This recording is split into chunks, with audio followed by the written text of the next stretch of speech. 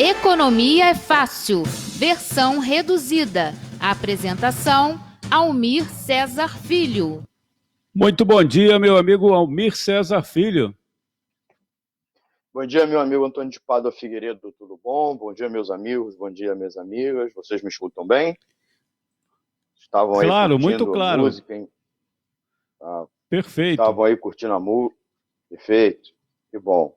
Estavam curtindo música, a boa música, informação relevante, desde as 8 da manhã com o nosso amigo Antônio de Pádua Figueiredo até as 10h30. Eu sou o Almir Cesar Filho e trago aí os destaques do noticiário econômico do dia. Antônio, eu queria comentar várias notícias, né? A gente, por conta aí da agenda montada em razão da pandemia, né? A gente não está comentando todos os dias, né? Não está indo ao ar, estou até com algumas dificuldades, peço desculpa aí aos ouvintes, mas sempre tem uma notícia a mais que a gente queria comentar. Mas hoje eu vou focar só uma, tá? Pedir desculpa. O noticiário econômico está muito agitado, está repleto de notícias associadas à questão da pandemia, né? Um verdadeiro pandemônio econômico, né? Poderíamos falar aqui hoje sobre a tramitação do projeto de emenda constitucional chamado de orçamento de guerra. Nós podíamos falar também da aprovação, mesmo o Congresso Nacional funcionando em regime especial por conta justamente da pandemia, o Congresso aprovou a MP que fala da carteira verde e amarela, que é um desastre para a economia, né, exceto para aqueles que defendem o neoliberalismo e a retirada de direitos, que geralmente são os grandes patrões e acabam enganando os pequenos, né, os microempreendedores. Tem também a tramitação da MP que suspende o contrato e os salários também, mas a gente vai focar em uma, né, que é ontem o relatório do FMI, né, sobre projeção de crescimento econômico para 2020 e 2021, que acabou, né, ganhando grande espaço na mídia.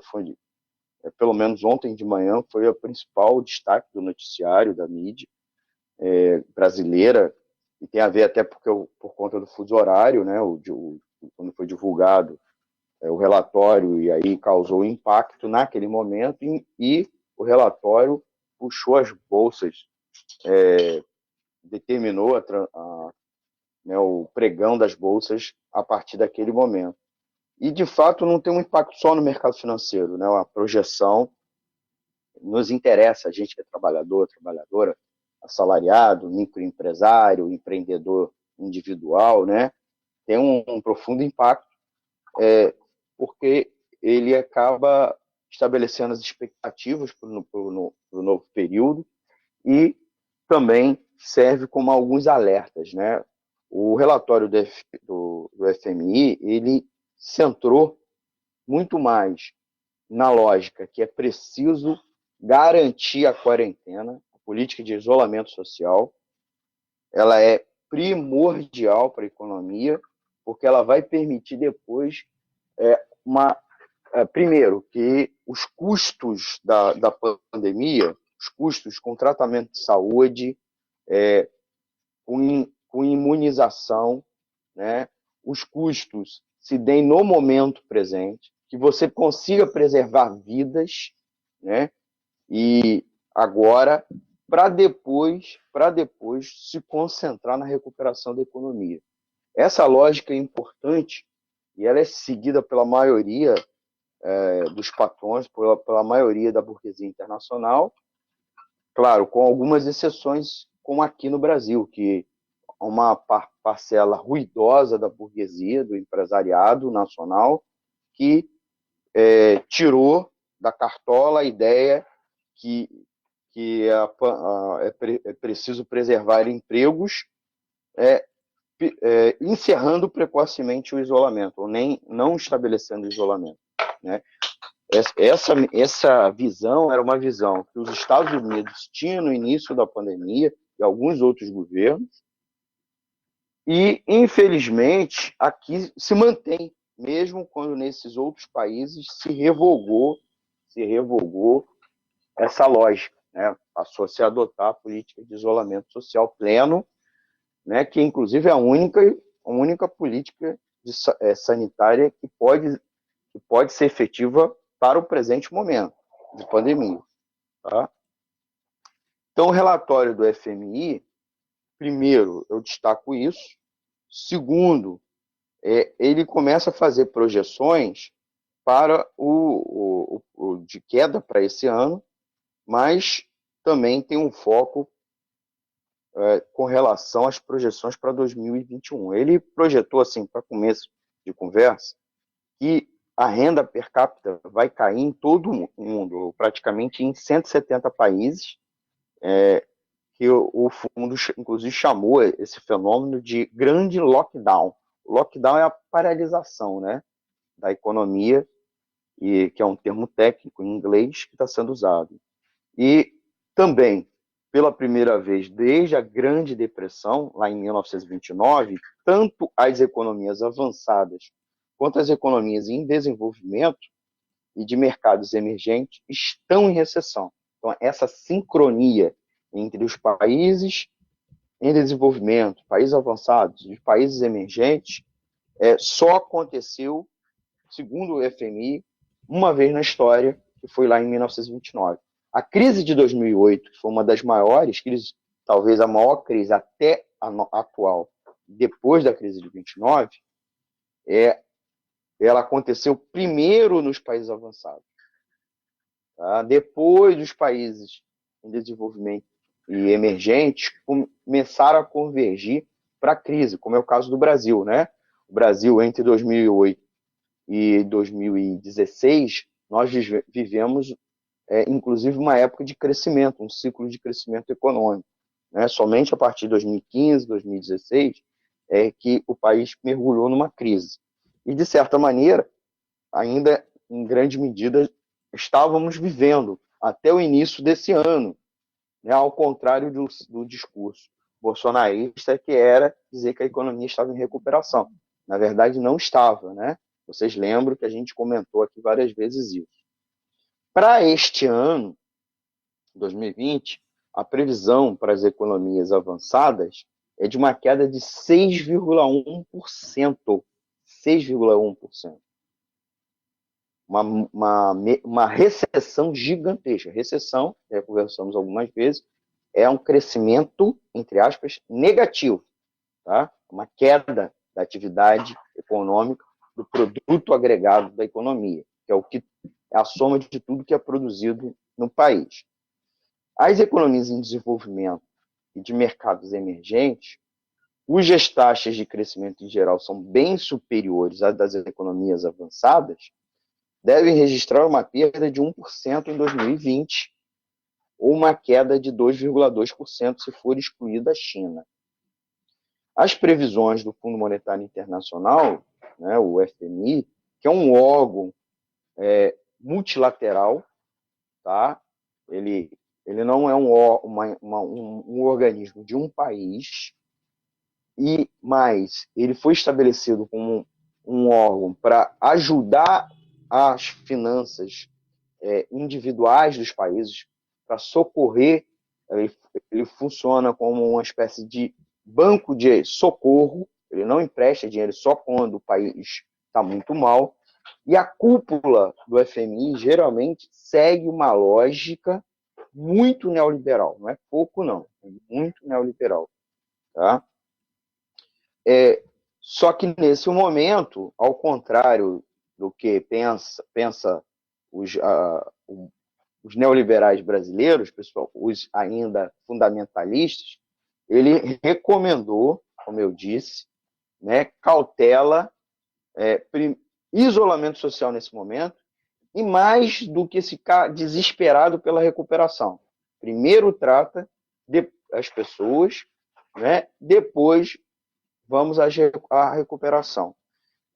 Isso ficou muito estampado na conselheira econômica e diretora do Departamento de Estudos, a Gita Gopinath, que foi a figura pública que se que estava presente no anúncio do relatório, e ela acrescentou também, aí com relação ao impacto econômico da pandemia, né, como eu disse, que a renda per capita vai cair em mais de 170 países, tanto nas economias avançadas quanto nas economias em desenvolvimento e nos mercados emergentes, e deve recuperar-se parcialmente em 2021.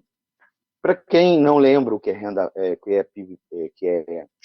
per capita, é quando você pega toda a renda do país, né, pode ser o próprio produto do país, produto interno bruto, e divide pelo número de habitantes. Esse é um mecanismo para identificar se a economia nacional fosse igualitária, né, houvesse uma justiça social ultra plena, quanto tá, cada pessoa receberia nesse produto nacional. Tá? Então, países muito pobres, com uma população muito grande, tendem a ter, claro, uma renda per capita baixa. Tá?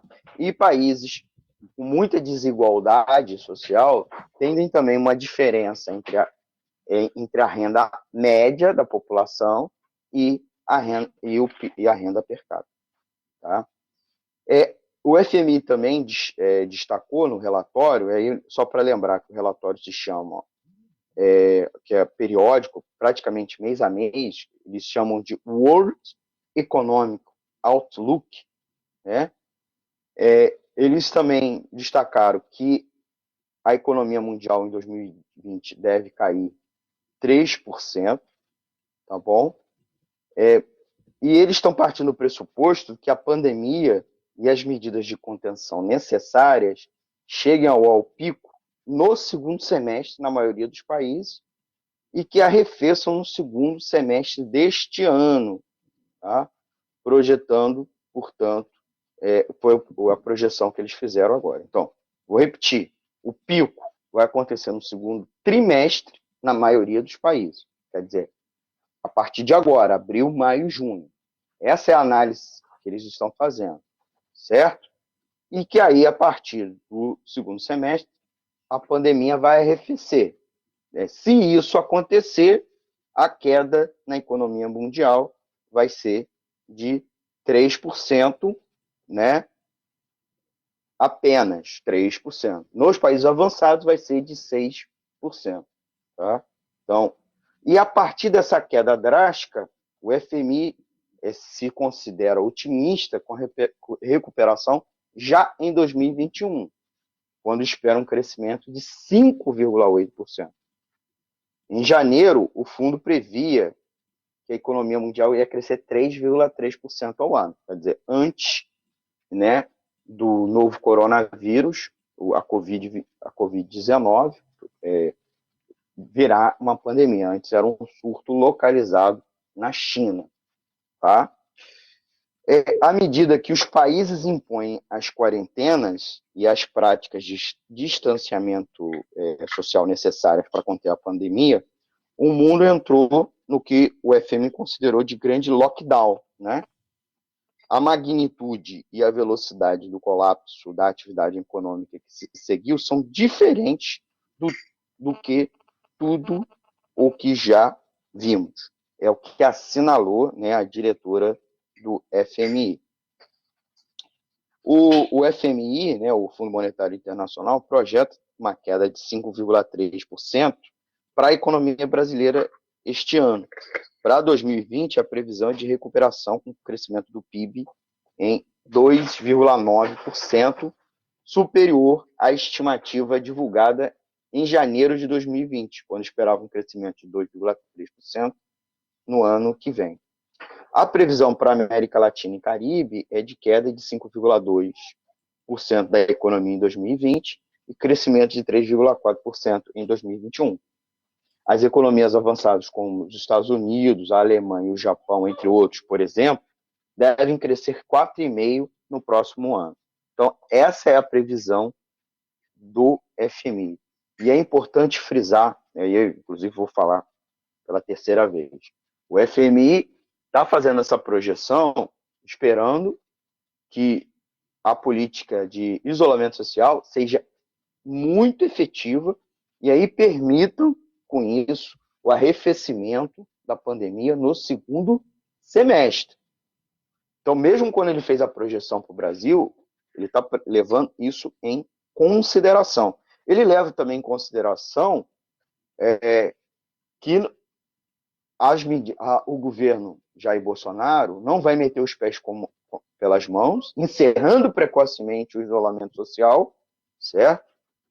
E, com isso, prejudicando, né, o combate à pandemia, né? Porque, com isso, a curva, e aí eu não falo só o auge da curva, mas toda a curva epidemiológica vai se prolongar, e aí o impacto se prolongar ao longo do segundo semestre e ampliando o impacto da pandemia e dificultando a recuperação. Tá? A outra coisa é que a recuperação não da economia tem que ser garantida através de duas grandes ações. Você tem que socorrer a população mais pobre para que ela não se exponha à doença, como também não gere uma pobreza excessiva. Preservar a atividade econômica essencial e também, é claro, a estrutura econômica. E para isso o governo tem que ajudar a atividade econômica, ajudar os mais pobres, ajudar os trabalhadores, porque senão a recuperação da economia vai estar comprometida. E há outro aspecto é que, de fato, mesmo que o ciclo da pandemia se encerre no segundo semestre, a atividade econômica mundial vai já estar comprometida. Então, um afogadilho de buscar uma recuperação a qualquer custo, o mais rápido possível, é burra, porque os principais, no caso brasileiro, os principais mercados que recebem as exportações brasileiras estão comprometidos, né? Os principais parceiros comerciais brasileiros estão comprometidos por conta, prejudicados por conta da pandemia.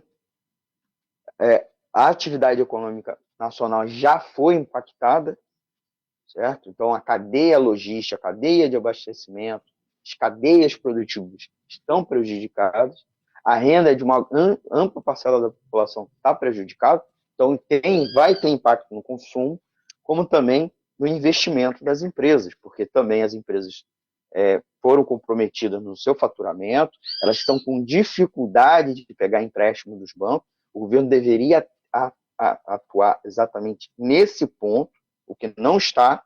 O governo emprestou dinheiro aos bancos, deu dinheiro aos bancos, mas não está obrigando os bancos a emprestarem para as empresas e para as famílias. Então, justamente nessa conjunção de fatores, é que a economia brasileira só deve se recuperar ano que vem, quanto muito, né? E, no fundo, até a projeção da FMI foi otimista, mas levando em consideração que a política brasileira, né, a política com P maiúsculo, né, as estruturas políticas, vão atuar tal como vem atuando os países europeus, né? Porque se atuar como vem atuando aqui, talvez essa projeção não se confirme, né? Então, eu queria registrar, inclusive, isso, já para encerrar a minha participação, né?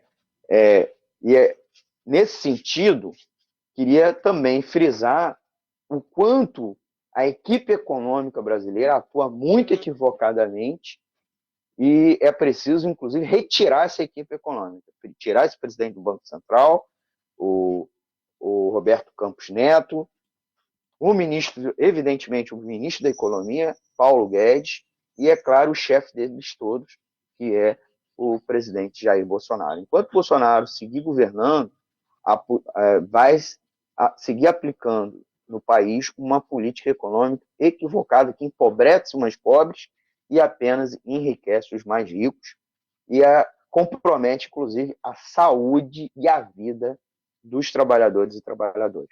Antônio, é com você aí no estúdio. Almir, muito obrigado pela sua participação, agradecendo aqui também pessoas que estão acompanhando, entre as quais a Eniete Dias. Bom dia, Almir, e a galera do Censura Livre. Parabéns pelo tema, como sempre, enriquecedor. Também tem um comentário aqui do Heitor Fernandes, dá um bom dia a você e pede uma avaliação aqui, não sei se você está na escuta, porque ultimamente aí a gente não tem conseguido falar em virtude aí das dificuldades da tecnologia. Você está na escuta? Antônio, antes de encerrarmos, eu queria agradecer os ouvintes, pedir para eles darem um like, compartilhar essa live. A gente vai subir, assim que acabarmos, para o nosso canal do YouTube, do Economia Fácil, e também convidar os ouvintes a mandar dúvidas, críticas e sugestões para economiafácil@gmail.com, nosso e-mail, né? Também deixar um comentário nas redes sociais da Web Rádio Censura Livre, como também seguir ouvindo a programação da Web Rádio Censura Livre. A live se encerra, mas o programa Boletim Censura Livre continua aí no ar, né? Vocês podem ouvir no www.clwebradio.com ou pelos aplicativos de rádio online, né? E quinta-feira, amanhã, o Economia Fácil, versão estendida às 20 horas, também falando sobre os impactos da economia sobre o impacto da economia causado aí pela pandemia do coronavírus. Então, a gente convida aí os ouvintes para já mandarem para a gente, né, as dúvidas, as críticas e as sugestões aí, e é claro, perguntas, tá? Forte abraço, meu amigo, parabéns aí pelo programa, música e informação relevante com Antônio de Pádua Figueiredo no Boletim de Censura Livre. Tchau, tchau. Economia é Fácil, versão reduzida. Apresentação: Almir Cesar Filho.